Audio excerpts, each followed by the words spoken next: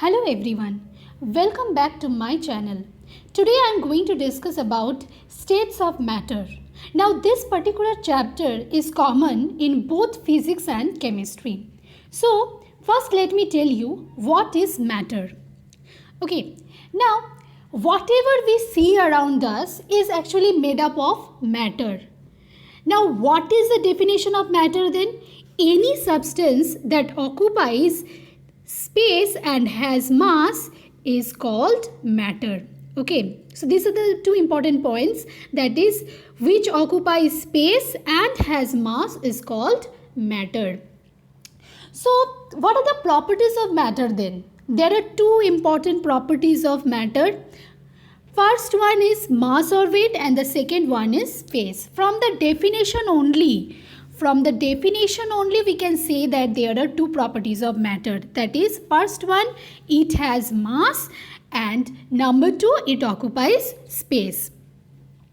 Now let me tell you one thing, that matter can be living or it can be non-living. Okay, now non-living matter is again categorized into natural matter and artificial matter. Now natural non-living matter, the examples of natural non-living matter can be air, soil, water, rock, etc. The example of non-living artificial matter is that a table, chair, pen, pencil, like this. Artificially means the man-made substances I'm talking about. Okay, so now let me discuss about the next topic, that is, what is mass. Now the quantity of matter or the amount of matter contained in a body is called mass. Now can you give me some examples of things which cannot be classified as matter? This type of things like memories, thoughts, feelings, time, this cannot be classified as matter. And all types of energy like sound, light, heat, they also cannot be classified as matter. Now let me tell you the difference between mass and weight. Because already in the definition of matter, we have seen that any substance that occupies space and has mass is called matter. But there is a difference between this mass and weight. So let us see what is the main difference.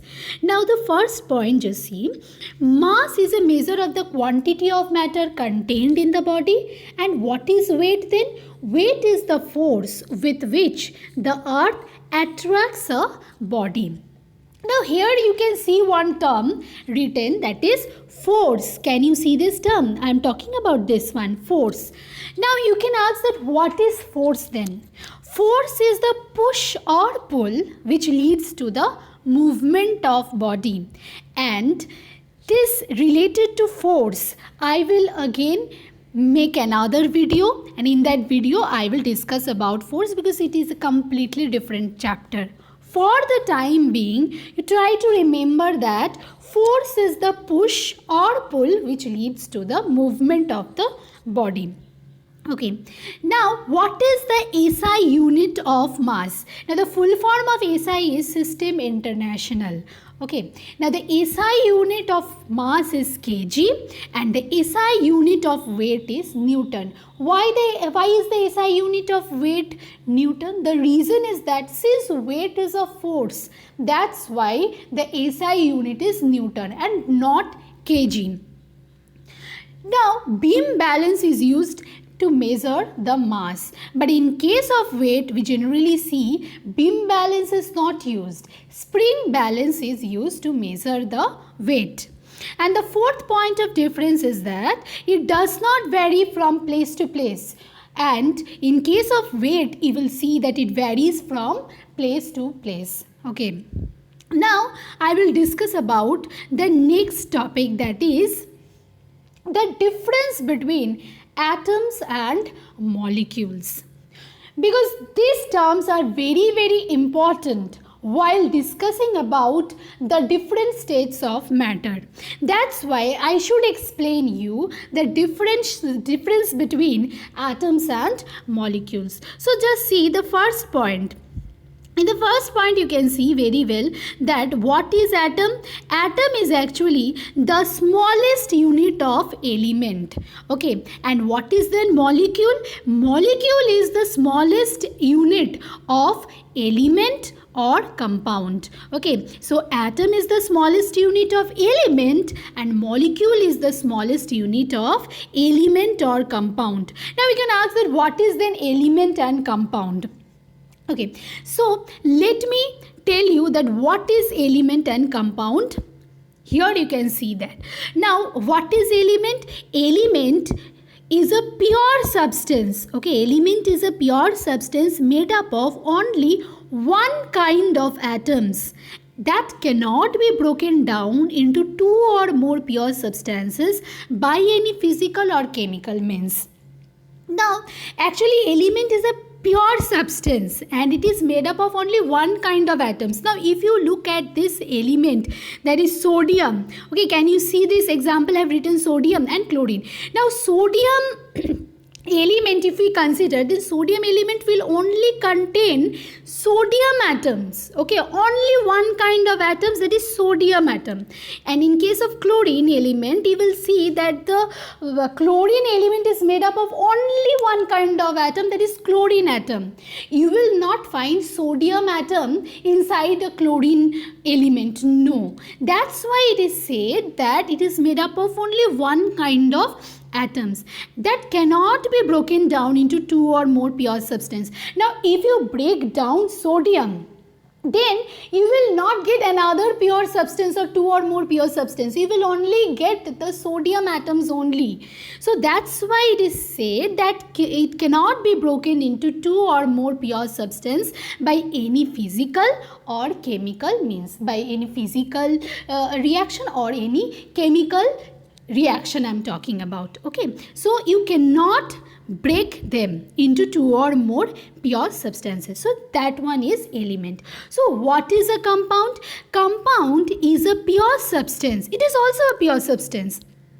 It is formed by the chemical combination. Just look at this.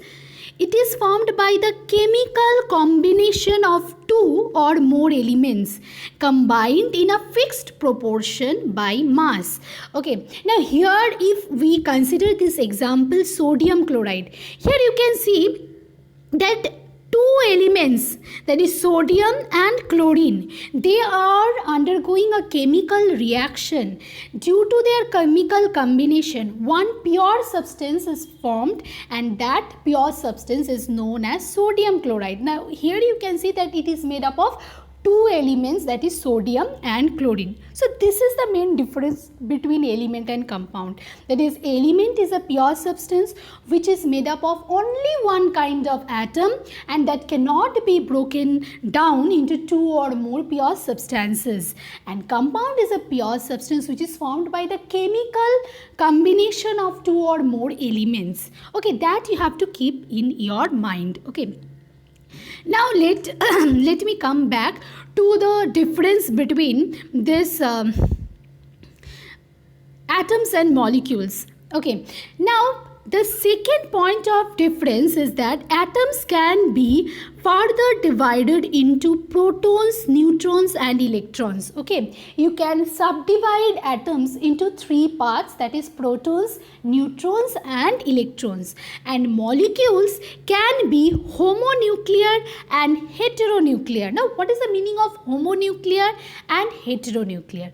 Homonuclear means it consists of atoms of one chemical element. For example, O2. O2, here you can see that it is made up of atoms of one chemical element, that is oxygen. Then what is the meaning of heteronuclear? Heteronuclear means it consists of atoms of more than one element. For example, common salt, that is table salt. For example, NaCl I am talking about. So here you can see that this NaCl consists of atoms of sodium and chlorine. So that's why it is known as heteronuclear. Now just see, third point of difference, atoms combine in different numbers to form molecules. Okay, they generally combine in different numbers. Okay, two atoms can combine to form one molecule, three atoms may combine to form one molecule. For example, if I consider oxygen molecule O2, here you will see that two atoms combine together to form one oxygen molecule.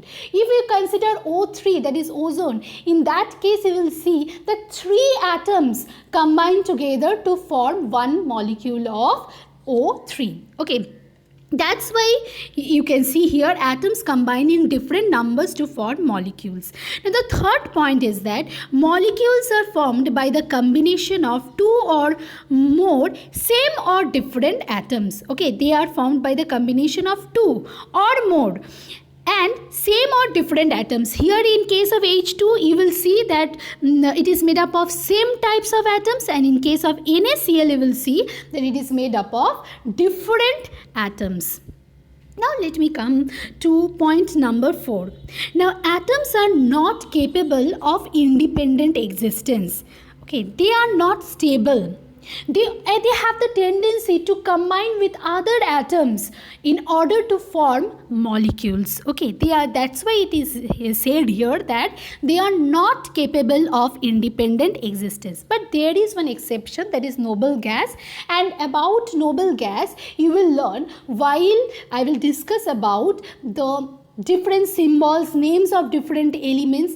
There only will learn about the noble gases. Okay. So for the time being, just you have to know that atoms are not capable of independent existence, but molecules are capable of independent existence. That is, they are stable. Okay, and the fifth and the last point is that they show a certain level of reactivity. Okay, they always have the tendency to react with other atoms in order to form molecules. Okay, but this is exception for the noble gases. In case of noble gases, we generally don't see that. Okay, and in case of molecules, you will see that they show low level of reactivity. Now the example of atoms here, O, that is oxygen, and the example, this one is oxygen molecule, and in case of oxygen molecule, just see I have written O2. And what is the meaning of O2? 2 means the number of atoms. Okay, 2 atoms of oxygen combine to form one molecule of oxygen. Okay, it represents that 2 atoms combine together to form one molecule of oxygen. Now, next I will discuss about the states of matter. Now here you can see that I have written that there are 3 states of matter. Okay, solid, liquid and gas. Now there is another state of matter, and that 4th state of matter is known as plasma. P-L-A-S-M-A. Plasma is the 4th state of matter. Actually, plasma consists of a gas of ions. There is atoms which have some of their orbital electrons removed and free electrons. Okay, I will not go details into that because it is out of your syllabus. Only you have to know that the 4th state of matter is plasma. An example is lightning.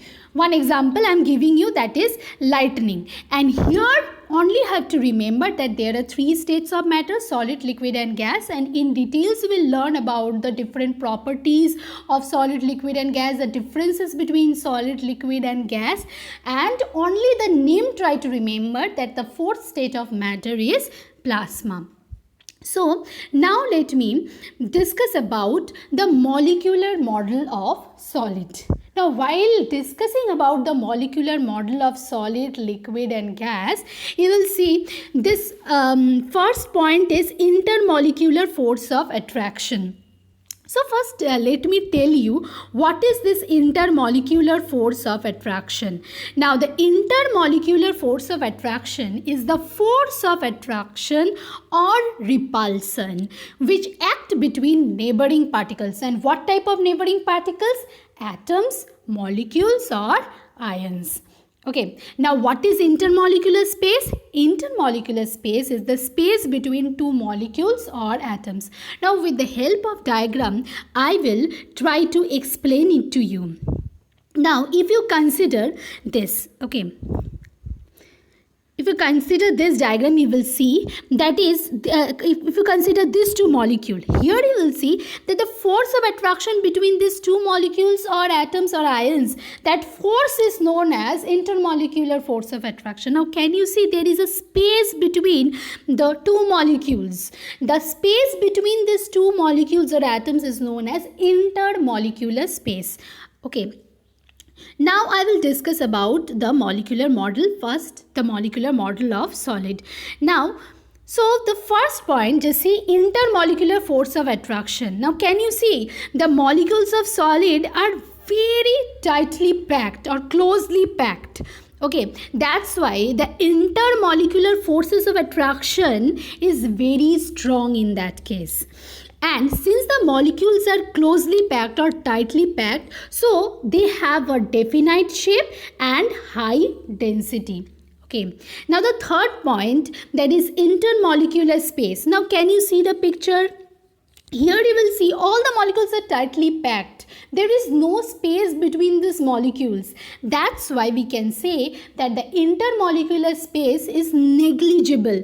Negligible means not present at all. Okay. Now the fourth point is movement of molecules. Now, as they are closely packed, the movement is not so possible. Okay, they will not leave their place.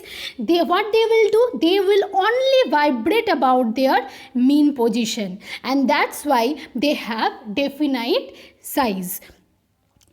Okay, now let me explain the next topic, that is molecular model of liquid. Now if in that case you will see that intermolecular force of attraction is not as strong as it is in solid, and molecules are loosely packed. By looking at the picture only you can see that they are loosely packed, not so closely packed. Okay, now so they do not have definite shape. So they do not have definite shape, and whenever you will pour the liquid, you will see that it will take the shape of the container. If you pour the liquid in a bottle, it will take the shape of a bottle. If you pour the liquid in a bucket, you will see that it will take the shape of the bucket. And if you pour the liquid anywhere else in a bowl, then in that case also it will take the shape of that particular container. But they have a definite volume. They do not have a definite shape, but they have a definite volume. Now the next point is that intermolecular space. Now in case of liquid, you will see that the intermolecular space is greater than solids. Now some spaces are present in between the molecules. Can you see here? So that's why the answer will be the intermolecular space is greater than solids. Now what is the movement of molecules here? The movement of molecules are irregular and random within the boundary of the liquid. This is the boundary of the liquid. They will not leave the boundary of the liquid. Within the liquid, they will move in a random way and in irregular way. Now I will discuss about the next point, that is molecular model of gas. Now in case of molecular model of gas, you will see that the intermolecular force of attraction is negligible, means not at all present. Okay, because you can see that they are far away. The molecules are far away. They are not closely packed. They are least closely packed. Okay, so that's why you can see that a gas has neither a definite shape nor a definite volume. Okay, and whenever you will place gas inside a container, it will take or it will fill up the entire space available to them. That's why they do not have any definite volume and they do not have a definite shape. And you can see from the picture only that the intermolecular space or the spaces between the molecules are largest. Okay, the movement of molecules, if you see, then you will find that they collide with one another continuously. They collide with one another and also with the walls of the container. or wall of the vessel, and they are in random motion. Now, about this random motion, I want to tell you about one term, that is Brownian motion. So, let me go to that slide in order to discuss about the Brownian motion. Now, the particles in a fluid. Now, what is the meaning of fluid? Fluid actually represents both liquids and gases. Don't think that fluids only means liquid. No, fluids represent both liquids and gases. So the particles in a fluid are always in random motion. They are moving randomly here and there. Due to their random motion, they collide with each other and change their direction. This phenomenon is known as Brownian motion, or the other name of Brownian motion is pedesis. Now, one thing I want to tell you, that Brownian motion is named after the botanist Robert Brown. Okay, Robert Brown is a botanist, and after his name, this Brownian motion was discussed. Okay. Now, I want to tell you one thing. This is the part 1 of states of matter, and in part 2 of states of matter, I will discuss about the different properties of solids, liquids and gases. This 15 properties I will discuss, and these 15 properties are very, very important, and based on these properties you can easily differentiate between solids, liquids and gases. So, in that video, in the next video, I will discuss about these 15 properties and the differences between solids, liquids and gas. So, for the time being, thank you very much. Take care of yourself, and if you find this video to be useful, please like this video and subscribe my channel. Subscription is free. Just click on the button subscribe, then you will be able to subscribe my channel. So, bye bye.